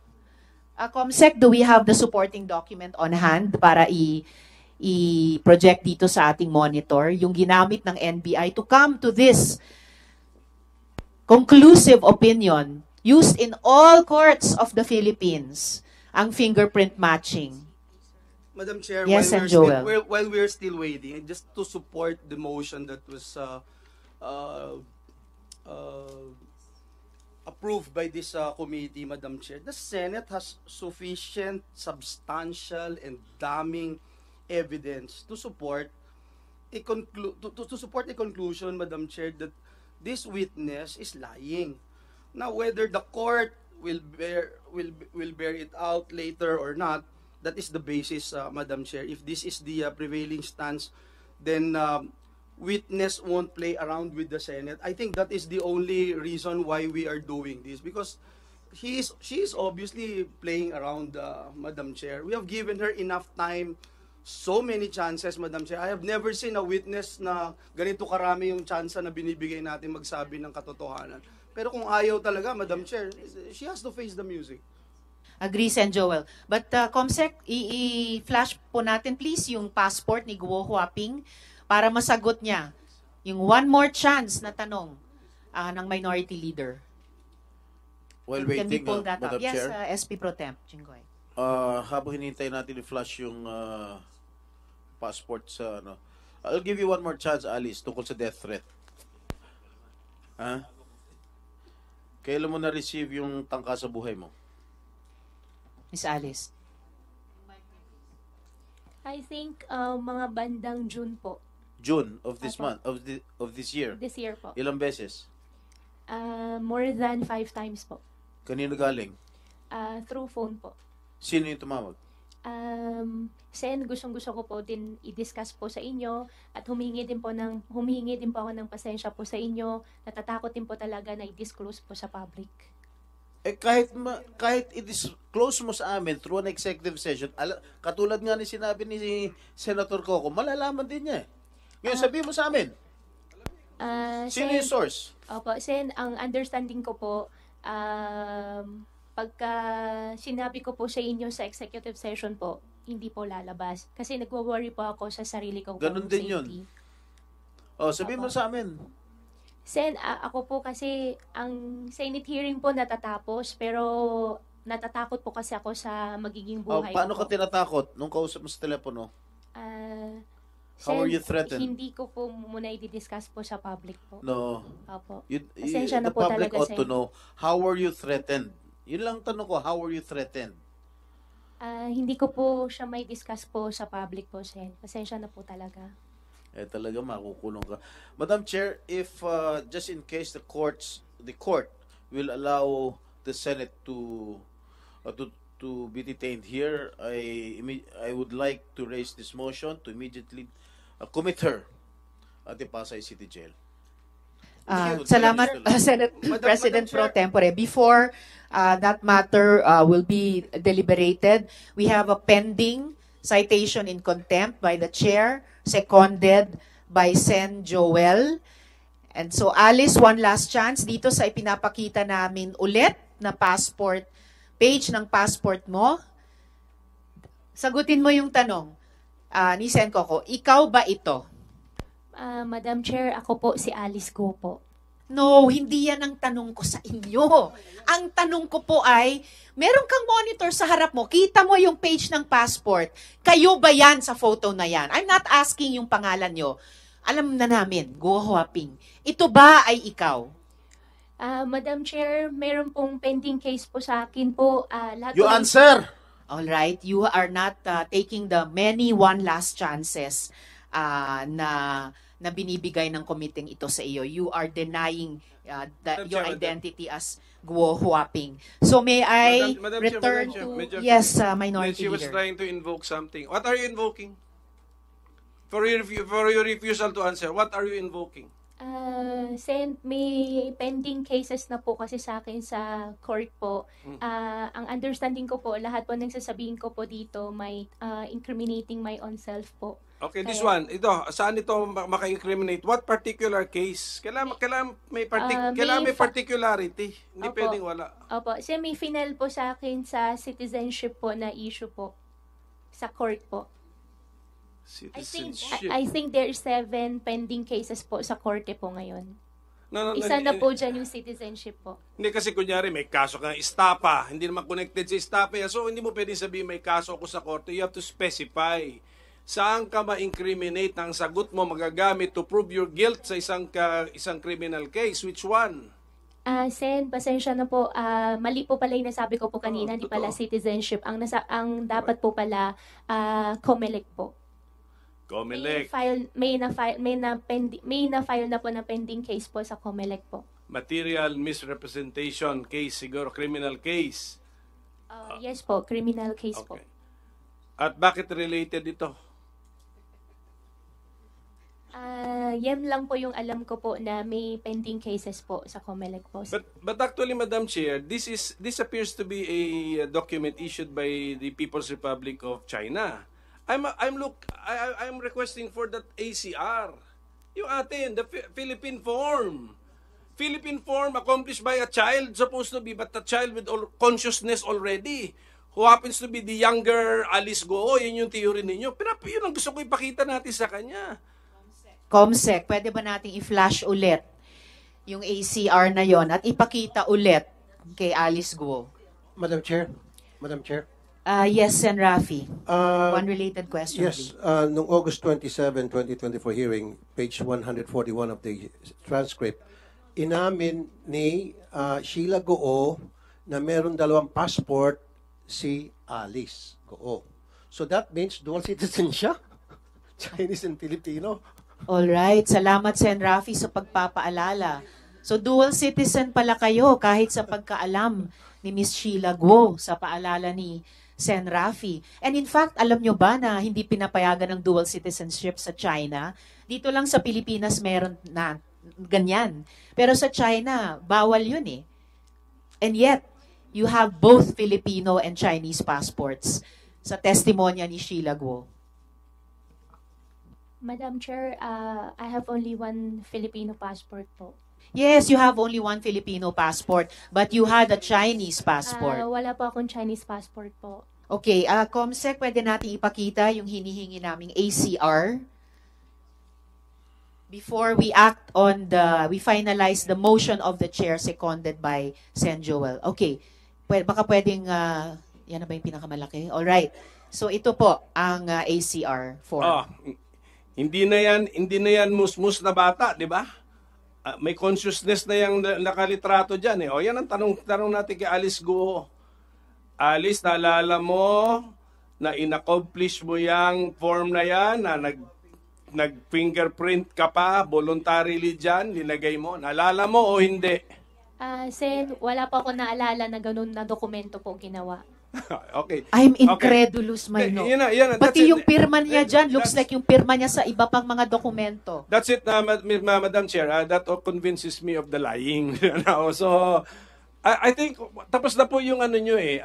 Na-declare nyo na siya in contempt eh. Nag-elaborate lang naman ako na tapos na po, na-declare nyo na po siya. On the lying pa ito, not on the refusal to answer dun sa death threat. So, sorry, Alice, I gave you a chance. You mean to say, pati yung paglalagay ng fingerprint mo ron, hindi mo naalala. So, medyo, ano na po yun, medyo too, ano na, too difficult to, masyado nang mahirap paniwalaan na, paano, tulog ka, kinuha ang fingerprints mo, pinilit ka. I mean, it's too much. But, hindi na po sanggol yung nandun sa litrato. So, with that, Mr. Chair, it puts to rest your contempt citation of the resource person. Thank you. Madam Chair, isa lang, Madam Chair, if I may. Salamat kaayo, Mayno. SP Pro Temp, Alice, Jigoy, ilang taon and ka then we will return to the motion. nung nag-thumb mark ka dyan? Ilang taon ka? Miss Sen, Alice. wala pa akong maalala na nag-thumbprint po ako niyan. Eh ba, thumb mark ba niyan? Hindi mo maalala na nag-thumb mark ka? Ilang taon ka nung nag-thumb mark ka dyan? Sigot. You do not know how old were you? Wala po ako naalala, Sen, na may ginawa po akong thumb mark po sa ganong papel po. May pirma ba yan? May pirma? May pirma, Did you SP sign Pro it? Temp. Did you sign it? Wala ka rin maalala na pinirmahan mo? Ha? Dun sa ACR. Pirma mo ba yan? Pakita natin ulit yung ACR. Pirma mo.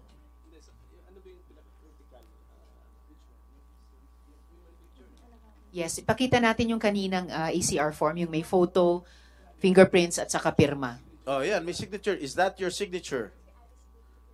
Oo. So, ang pinapakita natin, yung fingerprints ni Alice Guo.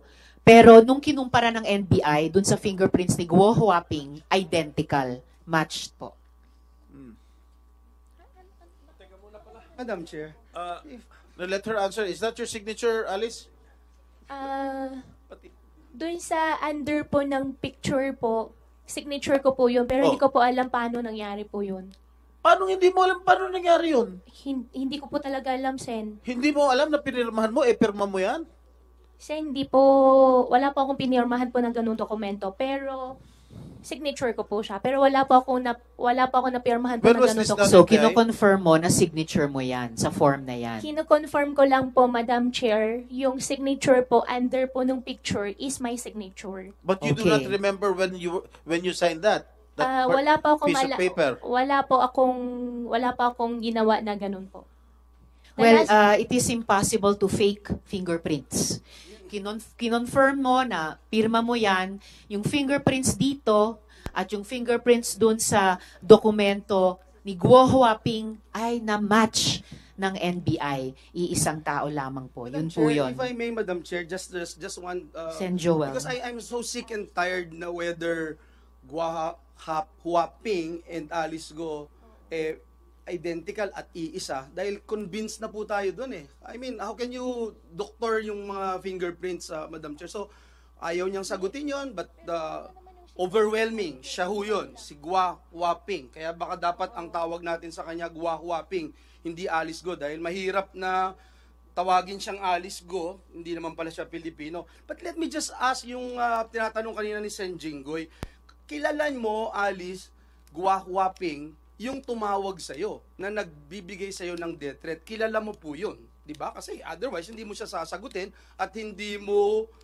kikilalanin na totoo at may bigat yung death threat sa'yo. Is that correct, Your Honor? Your Honor, isa po doon, kilala ko po. Pero i-clarify ko lang po yung nakita ko po kanina sa monitor po. Yung signature po, akin po yung signature, pero hindi ko po alam kung bakit andyan po yung signature Hindi ko na po. ako nagtatanong doon. Hindi na ako nagtatanong ng Guo Huaping. Hindi na ako nagtatanong kasi klarong-klaro sa akin, hindi po pwedeng doktorin yung fingerprints mo. So ang tinatanong ko, kilala mo yung nag-death threat sa'yo, saan siya galing? Dito ba siya sa Pilipinas o sa abroad? Local po, dito po. Dito sa Pilipinas. So sa Pilipinas nanggagaling yung death threat mo. Kung sa Pilipinas nanggagaling yung death threat mo, nakita ko yung pagtatagpo ninyo ni PNP Chief tsaka ni SILG. Parang fan meet. At parang masyado kang talagang kampante. At nung in-interview ka, ang sabi mo, kasi secured ka, you feel safe. You feel safe. Nakasama mo ang SILG at PNP chief. Ngayon, ang tanong ko, if you feel safe, nakasama mo ang PNP chief at saka SILG, bakit ka pa kailangan lumabas ng Pilipinas? Dahil natatakot ka sa death threat mo. Bakit hindi ka na lumapit o nag-report sa PNP chief o kay SILG?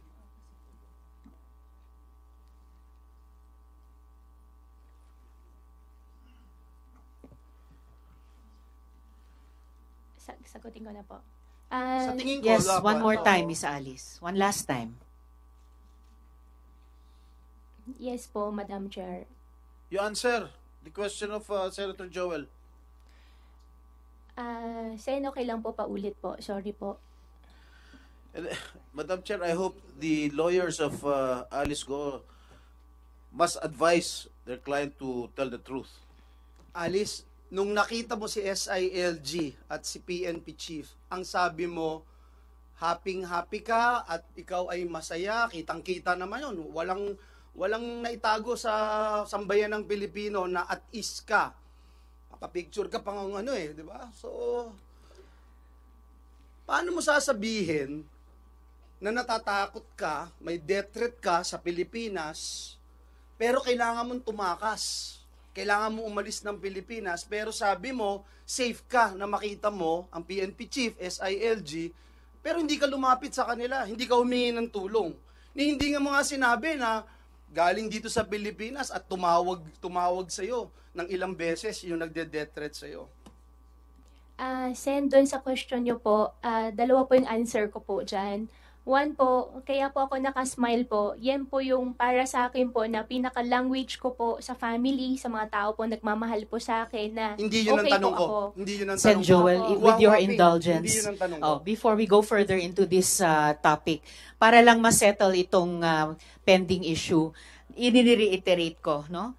I move to cite Guo Huaping, also known as Alice Guo, in contempt of the Senate for testifying falsely and evasively before this committee. I second the motion, Madam Chair.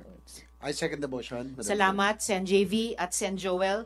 With the motion duly seconded by Senator JV and Sen Joel, you are hereby cited in contempt. You will remain in the custody of the Senate until the conclusion of this committee's inquiry or until you finally recognize the authority of this body and grant even a semblance of respect for the laws of this country. The committee will coordinate with any court ordering your detention, pero re-respetuhin mo ang Senado. Madam Chair? May we ask Sendoroy. the resource person to answer my question first, Madam Chair? We will have one... Miss Alice, isang huling sagot sa puntong ito sa tanong ni Sen Joel, and then isang related na tanong kay Sendoroy, and then itutuloy ng chair yung mga tanong ko, and the majority leader as well after Sendoroy. Please answer the question of Sen Joel, Miss Alice. Sen Joel, na putol po kanina, yung first answer po, nasagot ko na po. Yung second answer naman po... I'm not even asking that first answer that you were talking about, that it's a sign to whoever your fan base is. My only question is, why didn't you go straight to PNP Chief and SILG? Why didn't you ask for police help? Because at the end of the day, ganun din pala yung gagawin mo. At sabi mo, dun ka, you feel safe. Pero hindi, tumakas ka. Iniwanan mo kami. Binastos mo kami. Binastos mo yung buong gobyerno. Hinalughog ka sa buong Pilipinas. Ay mga kapulisan natin, mga NBI, Coast Guards, talagang pinahirapan mo. Pero sasabihin mo ngayon, may death threat ka. At ngayon, kampante ka, na protektado ka. It doesn't make sense kasi, Alice. Guwahuaping. Please answer my question. Bakit? Sen, ang answer ko pa rin po dyan ay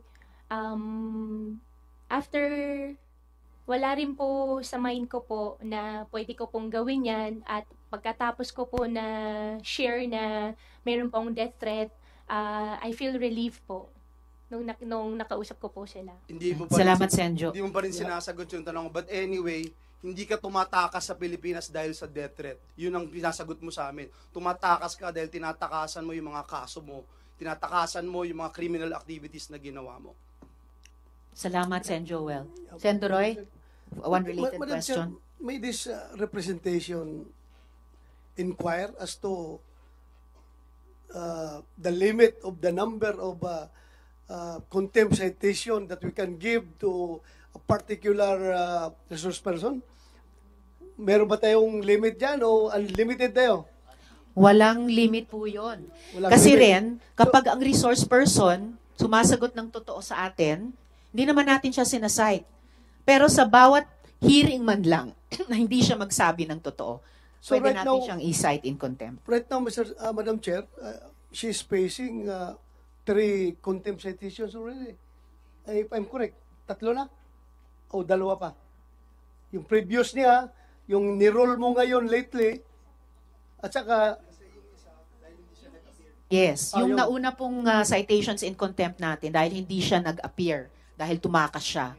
Ngayon, na nag-appear siya, kinailangan na naman natin siyang i-cite in contempt dahil nag-appear man siya, evasive at false ang testimony siya sa atin. Nagsisinungaling siya sa komite. And maybe this third question, Madam Chair, is pang third na niya na contempt citation ito ngayon kung ayaw talaga niya mag-cooperate, yung source ng kanyang threat. Mahirap yun. I know yung ating rule dito sa committee is that we can only afford resource person an executive session when the matters being matters to be discussed are involving national security and public interest. And for this matter, alam natin na very personal interest and personal security concern. But then, bakit ayaw niya mag-cooperate sa atin kung we are here to, Alice, we are here to help you. You are facing people from government. We can help you with that threat. Huwag kang matakot. Sino ba yung tao na yan? Siga pa talaga yan? Hindi yan kaya namin? Magsabi ka. Wala kami sasantuhin dito. Kahit kami, hindi na ako pulis. Pero senador ako ngayon. Hindi ko pa rin sasantuhin yan kung sino yung tao niyan na nagtitrade sa iyo. Sige nga, mag-cooperate ka sa amin kung sino yung source na yan para malaman natin ngayon at matulungan ka namin. Thank you, Madam Chair. Madam Chair, just one...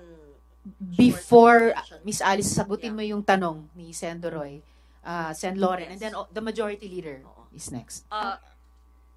To simplify, ang kailangan lang natin na impormasyon for now from Ms. Go is sino ba sa mga ahensya ng gobyerno o sa labas na mga fixer ang tumulong sa kanya para makakuha ng Philippine birth certificate. Pangalawa, at sino yung nagbigay ng Philippine passport. Ganun kasimple. Isang oras na tayo dito, maraming issues. Sagutin lang yon, matutulungan ka namin. And your lawyers will understand that. Yun lang. Sino? Dahil ang PSA, with all due respect, at ang DFA, mukhang napasukan ng sindikato. Paano natin bibigyan ng budget ang ahensya ng gobyerno sa panahon ngayon ng budgetary allocations for next year kung ang binabudgetan natin ay napasukan ng sindikato na kalaban ng taong bayan? So, ikaw ang susi na magsabi. Alam ni Senator Tulfo yung pangalan ng fixer mo. Ibunyag mo lang sa amin, paano? Kasi hindi lang ikaw. Inamin na ng PSA na meron higit sa 1,000 na nabigyan ng birth certificate. 1,200. Ayun, exact number, 1,200. So, meron pa kaming hinahanap na balanse sa 1,200 na nagpapanggap na Alice Go. Yun nga, Madam Chair. Salamat, Madam Sen. Chair. Loren. Sen. Rafi, before the Chair recognizes. So, for the record ulit, Sen. Lauren, na-establish natin in previous hearings na finaila ng late registration of live birth si Alice Guo, inisyuhan ng birth certificate, pero dineclare na ng PSA na irregular yung birth certificate na iyon. Kaya pinapa-cancel sa Office of the Solicitor General. And then, if I may just finish, Sen. Rafi, before recognizing Majority Leader and then Sen. Rafi, kaya nakapagkuha ng Philippine passport. I will just recognize at this point now Majority Leader and then Sen. Rafi, and then itutuloy ng Chair yung questioning, and then each in order of arrival, beginning with the SP Pro Temp and the Senate Minority Leader, Sen. Joel et al., will have 15 minutes each per round. We can go to a second round pag may oras pa. So, Majority Leader. Madam Chair, just an addendum to your earlier order citing in contempt Ms. Alice Guo. May the committee secretariat be likewise directed at this instant using the fastest means of communications to inform Branch 109 of the Regional Trial Court based in Capas, Tarlac of the said citation, Madam Chair. Thank you, Majo. Comsec, please do that. And please include in the communication to the good court yung sinabi ng chair kanina sa citation in contempt kay Alice Guo o Guo Huaping that this committee will coordinate with the court ordering her detention. So we will coordinate with that court. And lastly, Madam Chair, just in that particular Sen. Joel and then Sen. Rafi. Communication to the court, we also would like to put into the records how much we appreciate, Madam Chair, the confirmation of the court and the respect of the court to this committee to allow Guo Huaping to appear before us, Madam Chair, because we wanted to put that into the records, Madam Chair. Thank Madam you. Chair. Salamat, Sen. Joel. Oo, ina-appreciate ng buong komite at ng chair na pinaunlakan ng judge yung written request na ipaapirin at pasalitain sa ating komite si Alice Guo o Guo Huaping. Kaya pinut on record na ng komite yung pag-cite in contempt kay Alice Guo at bunga niyan, we will coordinate with the court dahil ito yung nag-order ng kanyang detention. So, Sen. Rafi, and then the chair will continue with her question. Thank you, Madam Chair. She's been very evasive from the get-go. Parang sasayang lang tayo ng oras ng mga laway natin at karapatan naman niya na hindi magsalita at magsinungaling. Ang importante sa akin dito ngayon, yung sindikato lumalaki ng lumalaki habang tayo nag-uusap dito. Tulad ng sinabi ni Sen. Lauren, yun talagang tinutumbok ko noong pa man, Madam Chair, at total nabanggit naman sa previous hearing, yung kasabwat na para siya ay makakuha ng birth certificate through late registration. Kailangan siguro isa sa matutumbukin natin para mabuwag ng sindikato na ito, sino-sino sa late registration, sa local registrar's office, ang makasabwat niya dyan sa Tarlac, kaya siya nakuha ng birth certificate, at sino yung mayor at that time, sino yung hepe ng local registrar's office, at ilan na ba ang mga Chinese national sa bayan na yung sa Tarlac ang nabigyan din ng birth certificate, Filipino birth certificate to late registration. Because napakalaking problema ito, Madam Chair. 1,200 sa Davao del Sur lamang yan. Yung foreign nationals na nabigyan ng Filipino birth certificate, naging instant Filipino citizen. Now, hindi lang po sa Davao del Sur, kundi sa iba't iba pang lugar sa bansa. And then the immigration mismo umamin na every single year, since 2000, sila po ay nakakahuli ng mga Chinese nationals na pumapasok dito o lumalabas na gamit ay Philippine passport. And we're not doing anything about it. Since for decades, nobody's doing something na para buwagin yung sindikato na yun. Kasi kung hindi natin pag-uusapan ito at puro na lang tayo nakakonsentrate sa isang topic, lalawak ng lalawak ang sindikato until such time baka pagising natin na take over na tayo ng mga Chinese nationals. Thank you, Madam Chair. Salamat. Thank you, Sen. Rafi, and we will pursue those points during your question time. So, Alice, ituloy ko na yung mga tanong sa iyo. Maraming lumabas na mga photo na kasama mo si Duan Ren Wu. This character has been identified as the big boss of the Pogo in Porac. Interesado ko malaman kung ang mga kakuntsaba mo sa Pogo ay mga kakuntsaba mo rin palabas. Tinulungan ka ba ni Duan Ren Wu na makaeskapo? Madam Chair, hindi po. Well, kung hindi kanya tinulungan, panahon na para iset yung record straight. Sino ang tumulong sa iyo para makalabas sa Pilipinas? Paano ka lumabas at umalis dito? Madam Chair, isa rin po yung concern ko po dun sa safety ko po. That is not my question, Miss Alice. Hindi ko na po tinatanong ang bitin na tanong namin ni Sendo Roy sa inyo. Tinatanong ko, paano ka umalis sa Pilipinas? Miss Alice. Umalis po kami, Madam Chair, by boat po. By boat? Okay, paanong by boat? Ang balita ko, may sinabihan ka na umalis ka sa pamamagitan ng, hindi boat lang, isang yate. Tama po ba yon? Yes po, meron po. So yate ang sinakyan nyo? Meron po kami sinakyan po na yate po. Okay, at least malinaw. Hindi na lang small boat, big boat, very big boat. Yate. Madam Chair, kanino po yung... Yes, SP Pro Temp. Kanino? Who owns the yacht?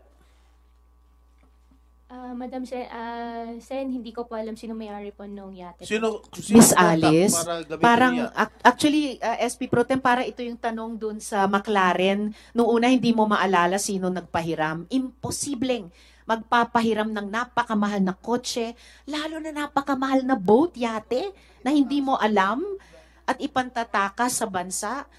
Ang tanong ni SP Pro Tem, sinong may-ari ng yate?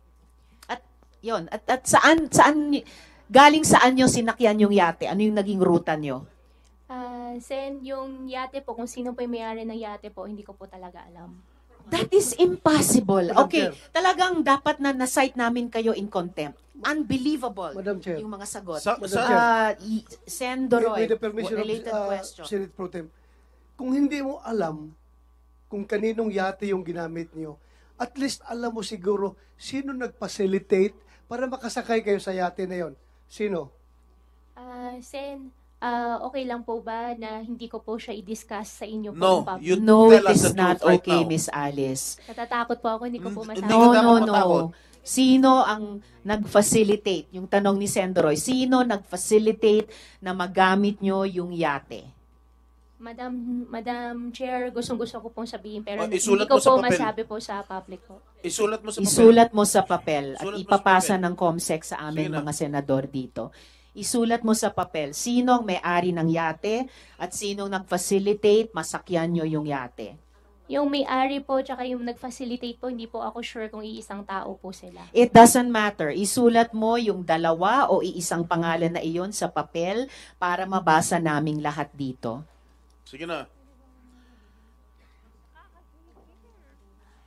Attorney David, you better tell your client to tell the truth and allow her to write in paper the owner of the yacht. Miss Alice, isulat nyo na. Saan ka Andyan na sumakay? yung papel. Saan ka sumakay, Alice? Sa yate? Anong port?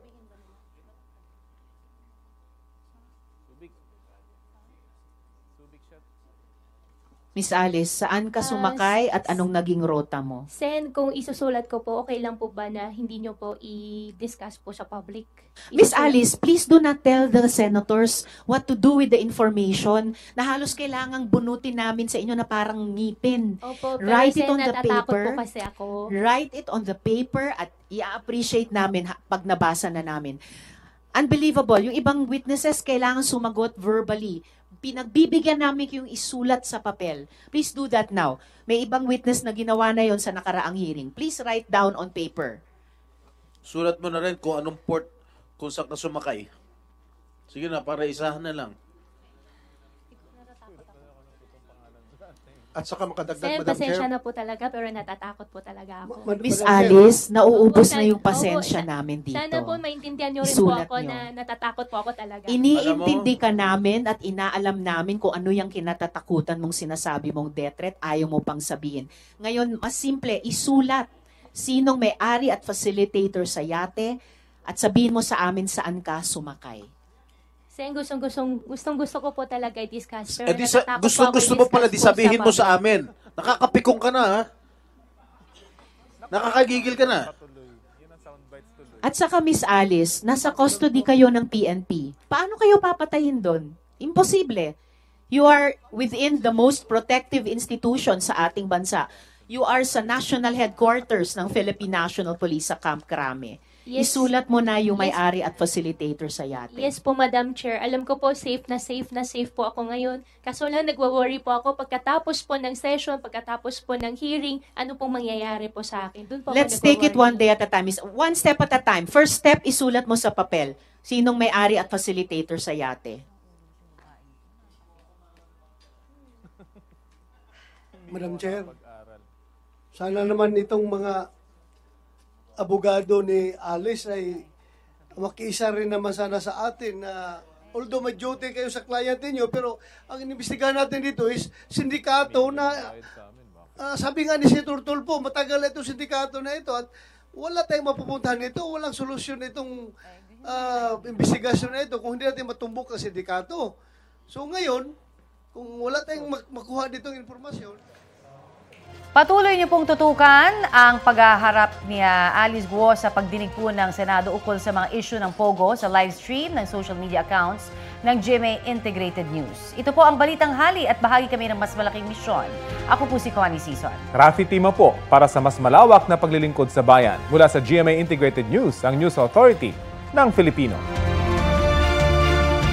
tutulungan tayo dito dahil bansa natin ang nakataya dito. Hindi lang si Alice Guo. Alice Guo, kayang-kaya kang protektahan ng PNP. Hindi ka mamamatay dyan. Kaya mag-cooperate ka naman sana para sa Pilipinas. Gumanda naman sana ang Pilipinas. Nayari yung mga sindikato na yan. Kapuso, para sa mga maiinit na balita, mag-subscribe sa GMA Integrated News sa YouTube. Sa mga kapuso naman abroad, subaybayan nyo kami sa GMA Pinoy TV at sa www.gmanews.tv.